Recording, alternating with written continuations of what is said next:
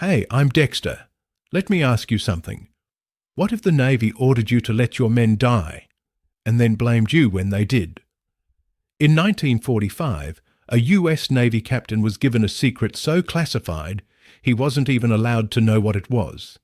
He carried the atomic bomb across the Pacific, alone, with no escort, straight through waters crawling with Japanese submarines. No protection, no warning, no backup. His ship was sunk. Nearly 900 men were thrown into shark-infested waters. And for 4 days, the Navy didn't even notice they were missing. Of the 1,196 men who set sail, only 316 survived. The largest shark attack in recorded history. Mass hallucinations. Men swimming to their deaths, chasing ships that didn't exist. And when it was all over, the Navy needed someone to blame. They picked the captain. They court-martialed him. They paraded the enemy submarine commander to testify against him. They destroyed his career, his marriage, his life. And for 23 years, hate mail from grieving families piled up on his kitchen table. This is the true story of the USS Indianapolis, the worst naval disaster in American history. A story of a secret mission, a catastrophic cover-up, and one man who was sacrificed to protect an institution.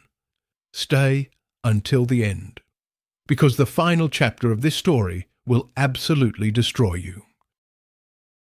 July 16th, 1945, San Francisco Bay.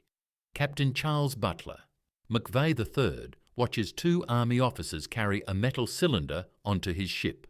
The cylinder is small enough for 1 man to lift, but it requires 2 armed guards standing watch 24 hours a day. Behind them, a crane lowers a wooden crate the size of a car onto the deck, 10,000 pounds. McVay asks what he is carrying. Major Robert Furman looks him dead in the eye and says 6 words that will haunt McVay for the rest of his life. If your ship sinks, save that cylinder first. Not your crew, not yourself. That cylinder. McVay stares at him. You are ordering me to prioritize cargo over the lives of my men? Those are your orders, Captain, from the very top. McVay has been in the Navy for 25 years. 3rd-generation officer. His grandfather commanded ships in the Civil War. His father was an admiral. He has never, not once, received an order that violates the most sacred rule of the sea. You save your men first, always. But this order comes from Admiral King himself, the highest-ranking officer in the United States Navy. McVay signs the receipt. His hand is shaking. He does not know it yet, but he just took custody of the atomic bomb. The USS Indianapolis is a beast. 610 feet of steel and guns. She has survived 4 years of war. Pearl Harbor, Iwo Jima, Okinawa. 10 battle stars. Kamikaze attacks that would have sunk lesser ships. Her crew, 1,196 men, call her the Indy. She has never let them down. That is about to change. July 16th, 9:36 a.m. Indianapolis leaves San Francisco. The orders are insane. Maximum speed, no escort, no zigzag. Straight across the Pacific through waters crawling with Japanese submarines. Alone. McVay pushes his engines to 29 knots. The ship shakes. The crew asks why the rush. McVay has no answer. He does not have clearance to know that inside that wooden crate are the uranium components for Little Boy, the bomb that will vaporize Hiroshima in 3 weeks. He does not know that the metal cylinder contains 64 kilograms of enriched uranium worth more than his entire ship. He does not know he is carrying the secret that will end the war. What he does know is this: if a Japanese submarine finds him, he is dead. 1 heavy cruiser, no escort, racing across open ocean. He is a floating target, but the orders say go, so he goes. 3 days later, Indianapolis arrives at Pearl Harbor. She refuels and leaves within 12 hours. Destination, Tinian Island. The crew is confused. No shore leave, no rest, just fuel up and go. Something is wrong. You can feel it. McVay says nothing. He has his orders. The voyage across the Pacific is the longest week of McVay's life. Every night he stands on the bridge scanning the horizon for periscope wakes. Every morning he expects a torpedo. Nothing happens. On July 26th, Indianapolis pulls into Tinian. Army personnel swarm the dock. The crate and cylinder are unloaded in 4 hours. Major Furman shakes McVay's hand. "Captain, you just made history. You will understand why in about 10 days. Then he is gone. 10 days. August 6th, Hiroshima. But McVay will not be alive to see it. New orders. Report to Guam, then proceed to Leyte Gulf in the Philippines. Indianapolis will join the task force preparing for the invasion of Japan. McVay asks for a destroyer escort. Standard procedure. The route to Leyte passes through active submarine zones. Every regulation says capital ships travel with escorts in hostile waters. The port director at Guam, Commodore Norman Gillette, denies the request. "We do not have any destroyers available." McVay asks about intelligence. "Are there Japanese submarines along the route?" Gillette hands him a briefing. "Some activity, nothing unusual." Low risk. This is a lie. Naval intelligence knows that Japanese submarine I-58 is hunting in exactly the area where Indianapolis will be travelling. But that information is classified ultra-secret, derived from broken enemy codes. The Navy does not share ultra-intelligence with ship captains because they are terrified Japan will realise their codes are compromised. So they send McVay into a submarine wolf pack with no escort, no warning, and no idea he is sailing straight into an ambush. July 28th. Indianapolis leaves Guam, 1,200 men. One ship, 4 days to Leyte Gulf. McVay receives one final piece of guidance. "Captain, you are authorized to zigzag at your discretion, but fuel conservation is a priority. Use your judgment. Zigzagging makes you nearly impossible to torpedo. Constant course changes mean submarines cannot calculate firing solutions. But zigzagging burns fuel and slows you down." McVay makes a decision. Zigzag during the day. Run straight at night when visibility is 0 and submarines cannot see to aim anyway. It is logical. It is fuel efficient. It follows doctrine. It will kill 880 men. July 29th. The weather is perfect. Calm seas. Clear skies. The crew is relaxed. Many sleep on deck because below decks the tropical heat is suffocating.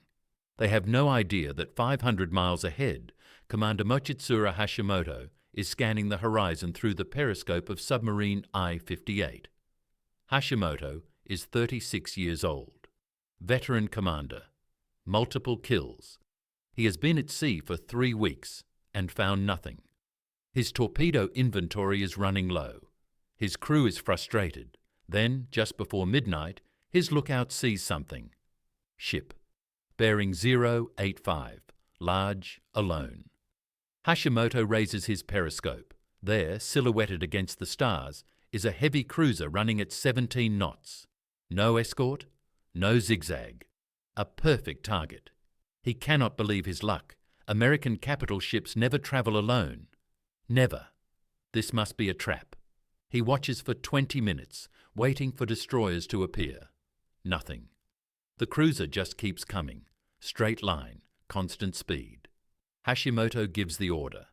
Load tubes 1 through 6. It is 11:50 p.m., July 29th. McVay is in his cabin reading. The night is overcast. No moon. Visibility near 0. He gave orders to cease zigzagging after sunset. Standard procedure. His officer of the deck, Lieutenant Commander Kyle Moore, is on the bridge. The watch is routine. Quiet. Then, at 12:02 a.m., Moore sees a streak of white foam cutting through the water 500 yards out. Torpedo wake. He screams the alarm. Hard right rudder. The helmsman spins the wheel. Too late. 6 Type 95 torpedoes are in the water, travelling at 48 knots. 2 of them find the Indianapolis. The first torpedo hits near the bow.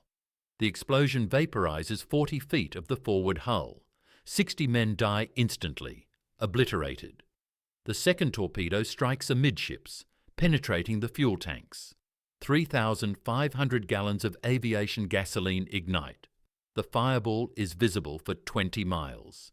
The blast lifts the entire bow out of the water. Steel plates the size of cars are blown 300 feet into the air. McVay is thrown from his bunk onto the deck. The ship lurches 15 degrees to starboard. He scrambles into the passageway. The lights are out. Emergency lighting flickers red. Water is already knee-deep. He climbs to the bridge. The scene is hell. The forward third of his ship is gone, just gone. Flames pour from the midship section. The list is increasing. Communications are dead. Power is failing. He grabs more. How long do we have? Moore looks at the angle of the deck, at the water pouring through the destroyed bow. Maybe 10 minutes, sir. McVay gives the order. Abandon ship.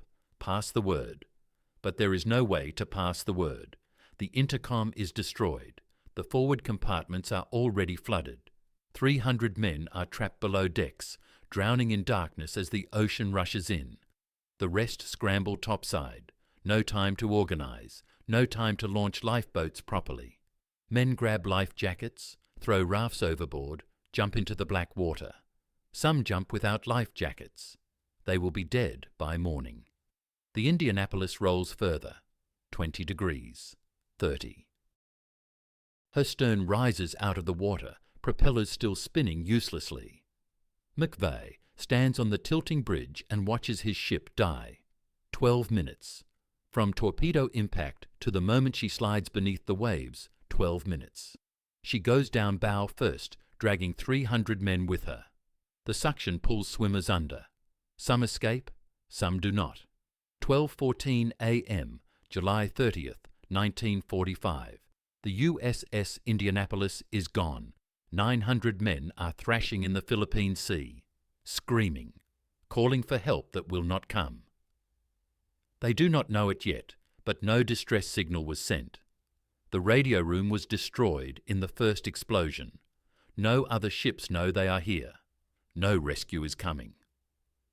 And beneath them, drawn by the vibrations of 900 men struggling in the water, shadows are circling. Oceanic white-tip sharks, the most dangerous predator in the ocean. They are about to have the largest feeding frenzy in recorded history. The men in the water have 4 days until anyone notices the Indianapolis is missing. 4 days in open ocean. No food, no water. Sharks attacking every night. Of the 900 men who survived the sinking, only 316 will be pulled from the water alive. It will be the worst naval disaster in United States history. Captain Charles McVay is one of the survivors. He will spend the rest of his life wishing he was not. 12:20 a.m., July 30th, 1945. 6 minutes after the Indianapolis sinks, the Philippine Sea is black. No moon, no stars, just darkness and 900 men screaming. Some call for their mothers. Some pray. Some are silent, treading water, trying to process what just happened. 12 minutes ago, they were on a ship. Now they are floating in the middle of the Pacific Ocean, with nothing. Captain McVay surfaces 50 yards from where his ship went down. Oil coats his face. Fuel burns his throat. He looks around and sees hundreds of heads bobbing in the water, life jackets glowing dimly. He starts swimming, gathering men, organizing. Stay together. Do not drift apart. Help is coming. Except help is not coming. Nobody knows they are here. Indianapolis was supposed to arrive at Leyte Gulf on July 31st. But the Navy has a policy. Ships are not reported overdue until they fail to arrive.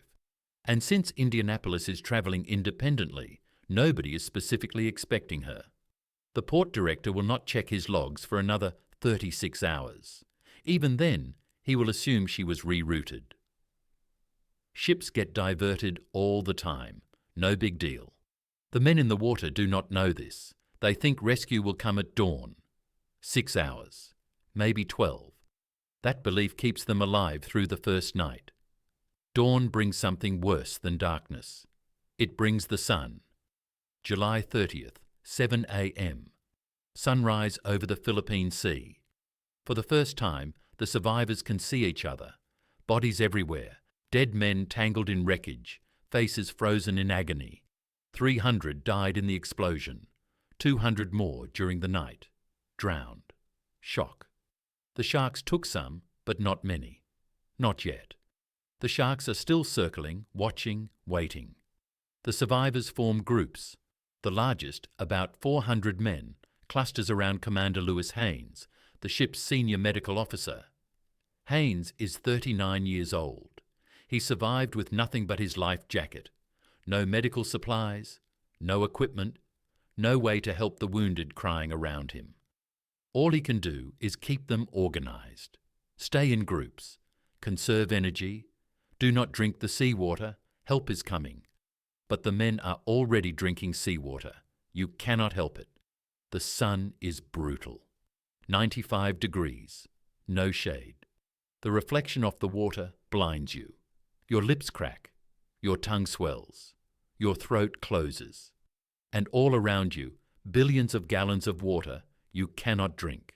You know you should not drink it. Everyone knows. But your throat is closing. Your tongue feels like leather nailed to your mouth. The water is right there. Just one sip. One sip will not hurt. Except it does.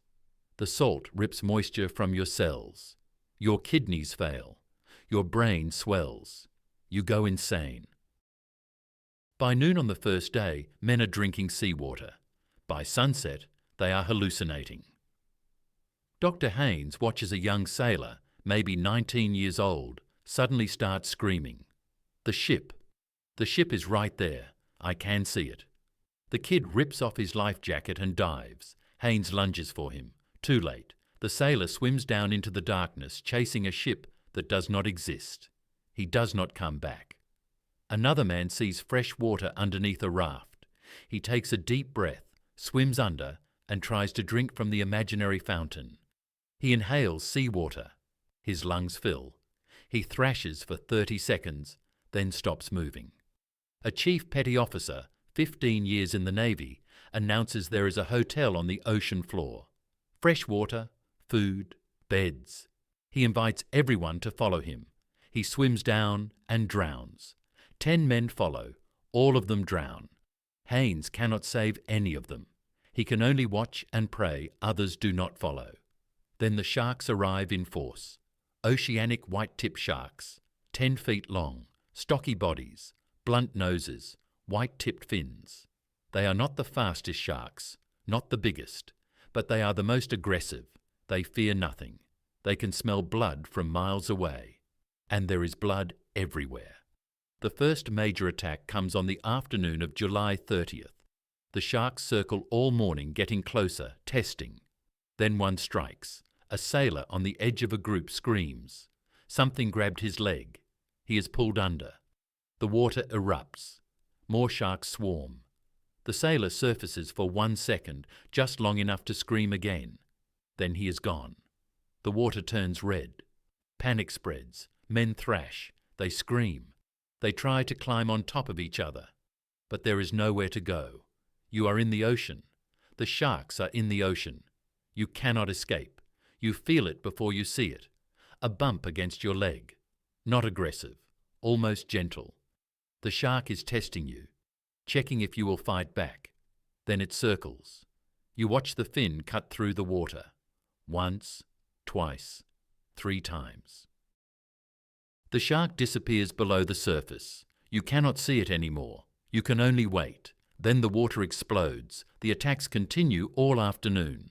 The sharks develop a hunting pattern. They circle the groups, looking for stragglers. Men who drift away. Men who are wounded. Men too weak to fight. Those men disappear. Sometimes you see it. A fin, a splash. A scream cut short. Sometimes you just notice the man next to you is gone. Lieutenant Commander Haynes tries to keep his group tight. Link arms. Stay together. The sharks will not attack a large group, but he is wrong. On the second night, a shark swims directly into the centre of his group and grabs a man surrounded by 50 other sailors. Does not matter. The shark takes him anyway. The worst part is not the attacks. The worst part is waiting. You are floating in water you cannot see through. Your legs dangle below you. You cannot see what is down there. Every time something brushes your leg, every piece of debris, every strand of seaweed, you think it is a shark. Your heart stops. You scream. Then you realize it was nothing. But next time, it might not be. One of the men in Haynes' group is Fireman Second Class Robert Martinez, 22 years old, from San Antonio. He has a photo of his pregnant wife in his pocket, sealed in wax paper. He showed it to everyone on the ship. Her name is Maria. The baby is due in September. Martinez keeps reaching into his pocket to touch the photo, making sure it is still there. On the afternoon of August 1st, Martinez starts talking to Maria, out loud, telling her about the wedding they will have when he gets home. A real wedding, not the quick ceremony before he shipped out. She does not answer, but he keeps talking. At sunset, Martinez takes out the photo. He stares at it for a long time. Then he carefully puts it back in his pocket, removes his life jacket, and swims away from the group. Haynes shouts after him. Martinez does not turn around. He just keeps swimming until the darkness swallows him. In the morning, his life jacket is floating empty 100 yards away. The photo is still in the pocket. July 31st, day 2. Still no rescue. The men understand now that something is wrong. Search planes should be overhead. Ships should be on the horizon. There is nothing. Just ocean in every direction. Just sun and sharks and thirst. The groups break apart. Men drift during the night, some giving up, some too weak to swim back.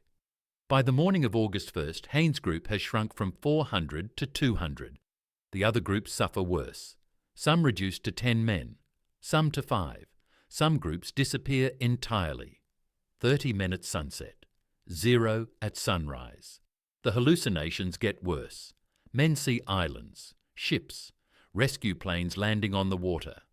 Another group hallucinates the Indianapolis floating just below the surface, perfectly intact.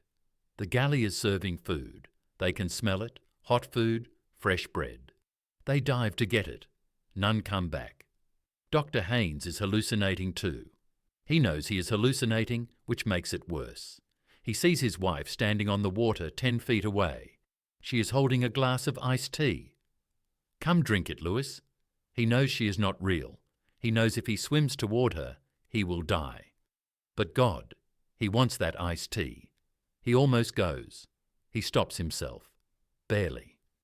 Captain McVay is in a different group, about 50 men clinging to a raft. He has not slept in 3 days.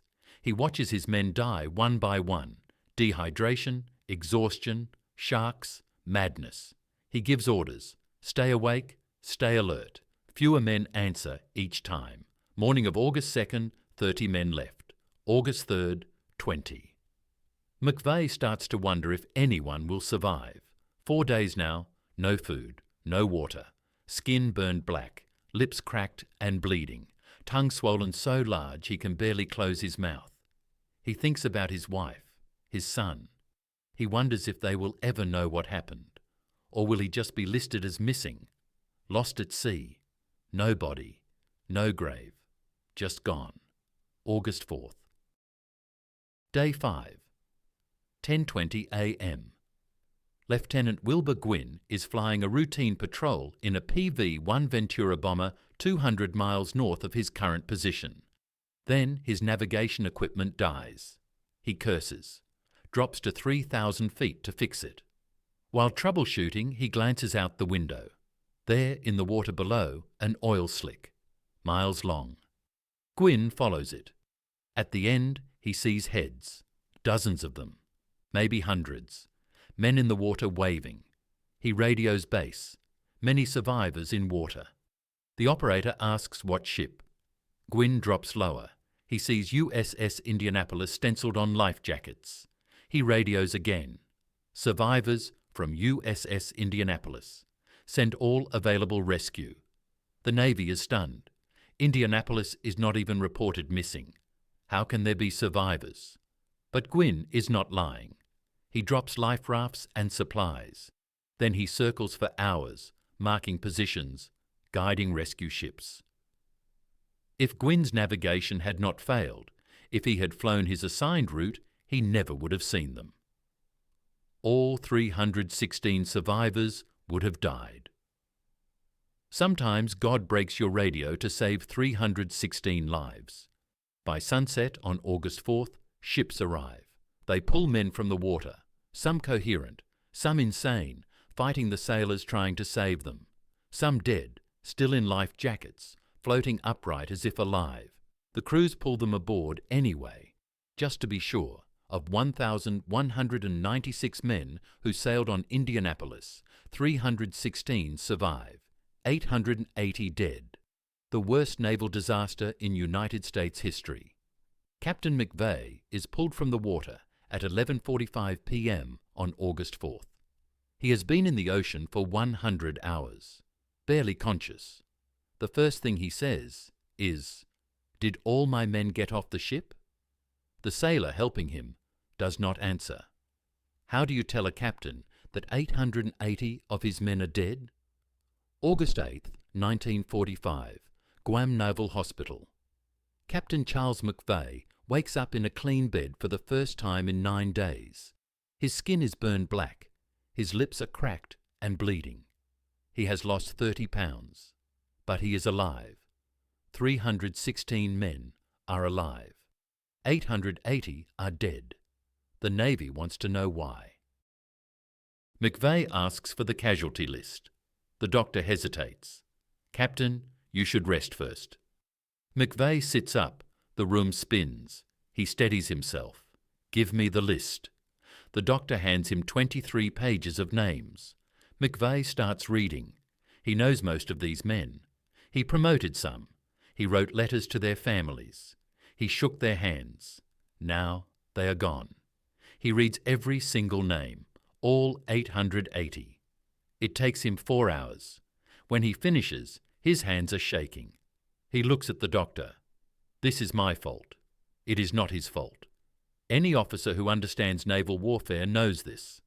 McVay requested a destroyer escort. Denied. He asked for accurate intelligence. They lied to him. He followed standard doctrine for night operations. Everything he did was by the book. But the Navy does not care about the book. The Navy cares about blame. And someone has to take it. August 23rd, Navy Department, Washington, D.C. Fleet Admiral Ernest King, Chief of Naval Operations, the most powerful man in the United States Navy, sits in his office reviewing the Indianapolis disaster. The numbers are devastating. Worst loss of life at sea in Navy history. 880 dead. 4 days before anyone noticed. 5 days before rescue. The press is asking questions. Congress is demanding answers. Families want blood. King needs a scapegoat. He has 3 options. Option 1, blame Commodore Norman Gillette, the port director at Guam, who sent Indianapolis into submarine waters without escort. Career officer, 28 years of service, well connected, politically problematic. Option 2, blame naval intelligence for not sharing ultra information about Japanese submarine I-58. But that means admitting the Navy prioritized code secrecy over sailor safety. Impossible. Option 3, blame Captain McVay. He was in command. The ship sank. Legally, he is responsible. Perfect. King makes his decision. Court-martial McVay for hazarding his ship by failing to zigzag. It is insane. No captain in the history of the United States Navy has ever been court-martialed for losing his ship to enemy action during wartime. Never. But King does not care about precedent. He cares about protecting the institution. If the Navy made mistakes, and they did, those mistakes will be buried under one captain's career. September 1945. Captain McVay receives the order. You are to be tried by general court-martial for culpable inefficiency in the performance of duty and negligently endangering the lives of others. McVay reads it 3 times. He cannot believe it. They are blaming him. Not the system that sent him without escort, not the intelligence failure, not the port director who ignored regulations. Him. His first instinct is to fight, hire a lawyer, demand justice, expose the Navy's failures. But McVay is 3rd-generation Navy. His grandfather commanded ships in the Civil War. His father was an admiral. The Navy is his family, his identity, his entire life. If he fights, he destroys the institution he loves. If he stays silent, he destroys himself. He chooses silence. December the 3rd, 1945. Washington, Navy Yard. The court-martial begins. The courtroom is packed. Reporters, Navy brass, families of the dead. McVay sits at the defence table in full dress uniform, ramrod straight, stone-faced. Inside, he is dying.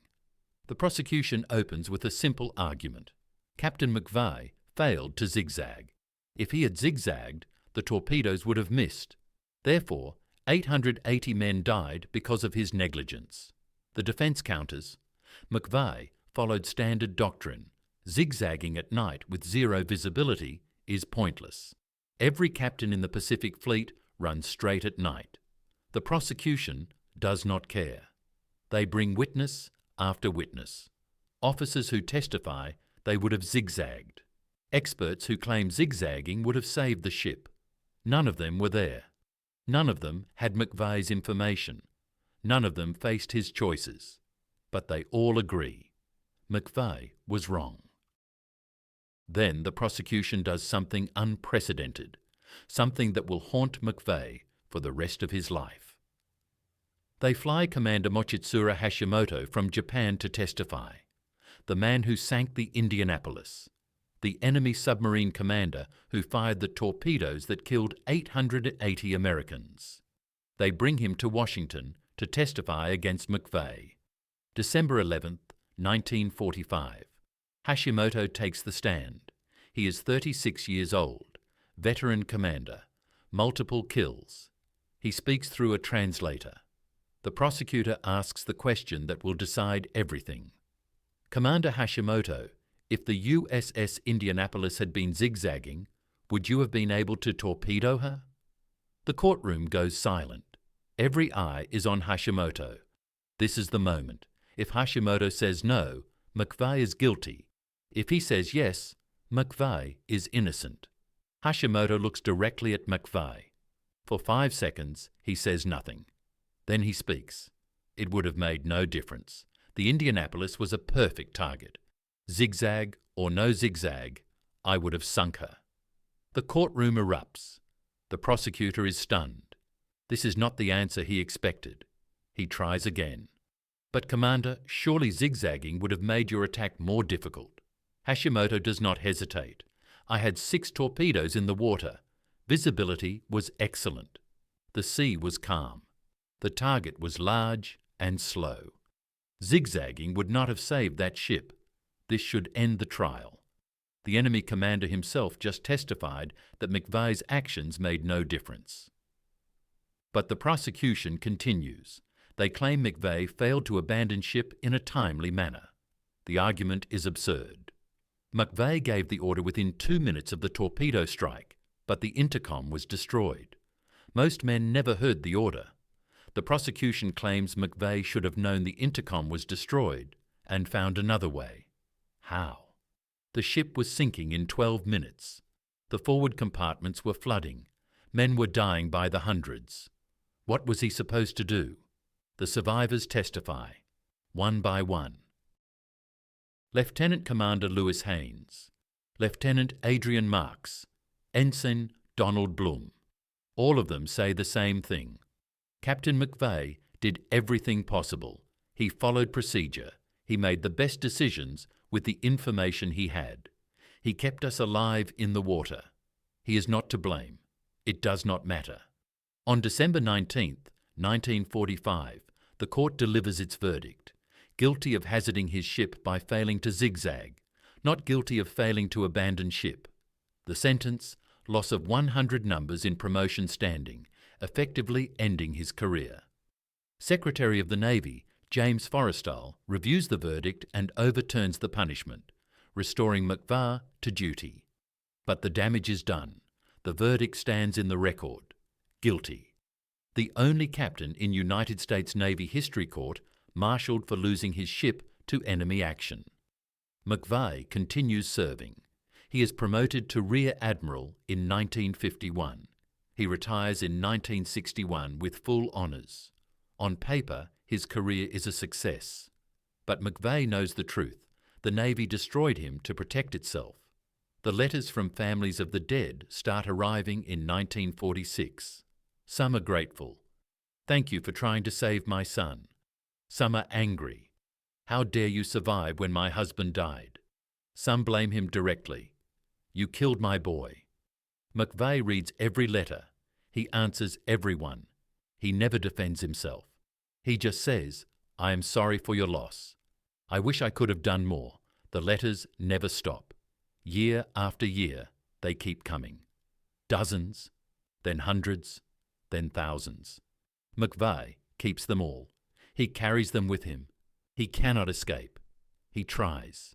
He retires to Litchfield, Connecticut, with his wife.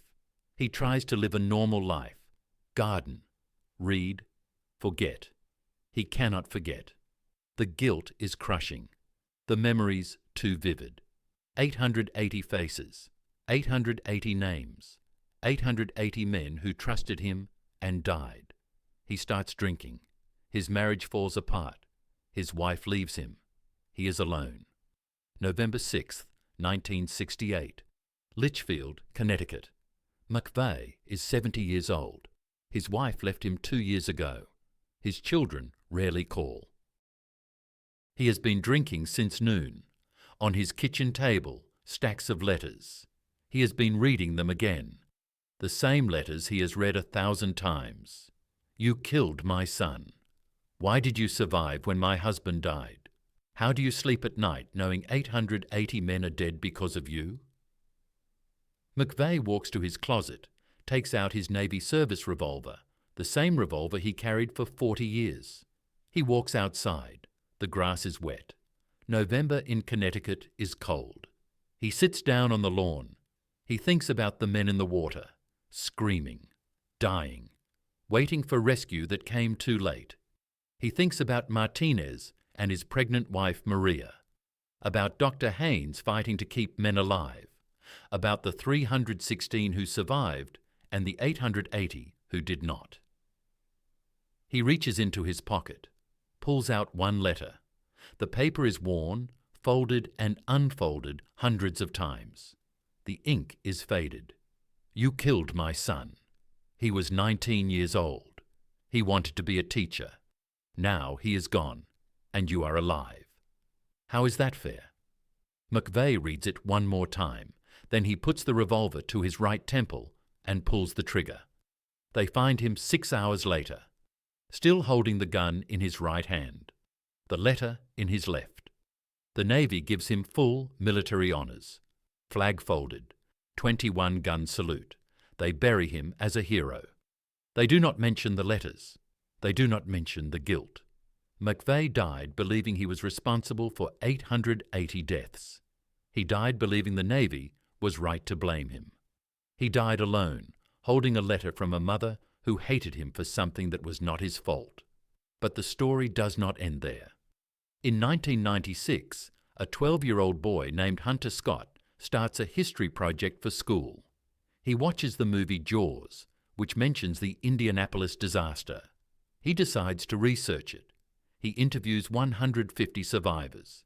He reads the trial transcripts. He uncovers the evidence the Navy buried, the denied escort request, the intelligence failure, the lies told at trial. Hunter Scott realizes what the survivors always knew. Captain McVay was innocent. Scott launches a campaign. He contacts congressmen. He organizes survivors. He testifies before the United States Congress. In 2000, 32 years after McVay's suicide, Congress passes a resolution. It states that Captain McVay's record should reflect that he is exonerated for the loss of the USS Indianapolis. The Navy fights it. They do not want to admit they destroyed an innocent man. But the evidence is overwhelming. On October 30th, 2000, the resolution passes. Captain Charles Butler, McVay III, is officially exonerated. But exoneration cannot bring him back. It cannot erase 23 years of guilt. It cannot stop the bullet he fired in 1968. McVay died believing he was a murderer. He never knew a 12-year-old boy would prove his innocence. He never knew Congress would clear his name. He never knew Commander Hashimoto spent the rest of his life writing letters to the Navy, begging them to exonerate McVay. The truth came 32 years too late. The USS Indianapolis delivered the atomic bomb components that ended World War II and saved millions of lives. Her crew paid the price. 880 men died in the Philippine Sea over 4 days of hell.